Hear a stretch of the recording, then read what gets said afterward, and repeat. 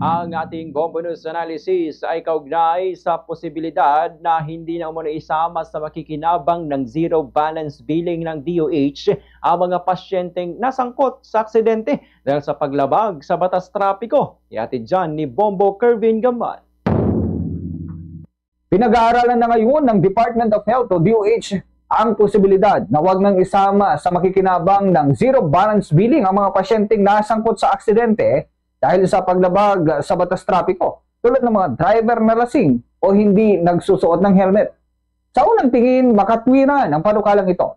Bakit nga ba dapat sagutin ng gobyerno at ng taong bayan sa pamamagitan ng buwis ang gastusin ng mga driver na malinaw na nagpakita ng kapabayaan sa sarili at sa kapwa? Ang zero balance billing ay nilikha upang magbigay ginhawa sa mga pasyenteng walang kakayahang pinansyal, hindi upang i-subsidize ang kapabayaan o i-reward ang mga lumalabag sa batas.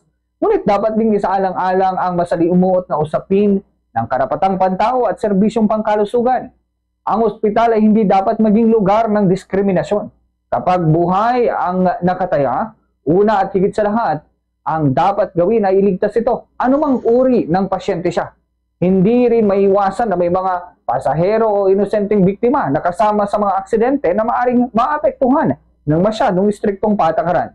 Mula sa datos ng DOH nitong Hulyo, malinaw na may krisis sa kalsada.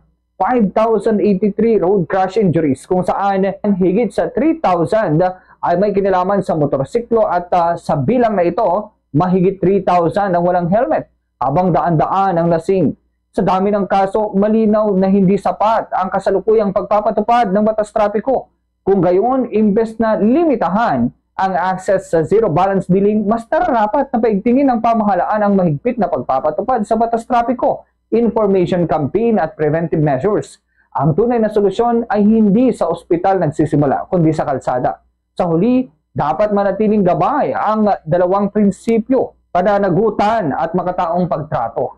Pananagutan ng driver ang sumunod sa batas, ngunit tungkulin ng pamahalaan na tiyakin na walang Pilipinong maiwasan sa ospital dahil lamang sa kakulangan ng pambayad. Kung magtatagumpay sa tamang balanse, maaari nating mabawasan ang bilang ng mga aksidente nang hindi sinasakripisyo ang karapatan ng bawat isa sa serbisyong medikal. Yan ang ating Bombo News Analysis. Ako si Bombo Kervin Gamad, Basta Radyo. Bombo!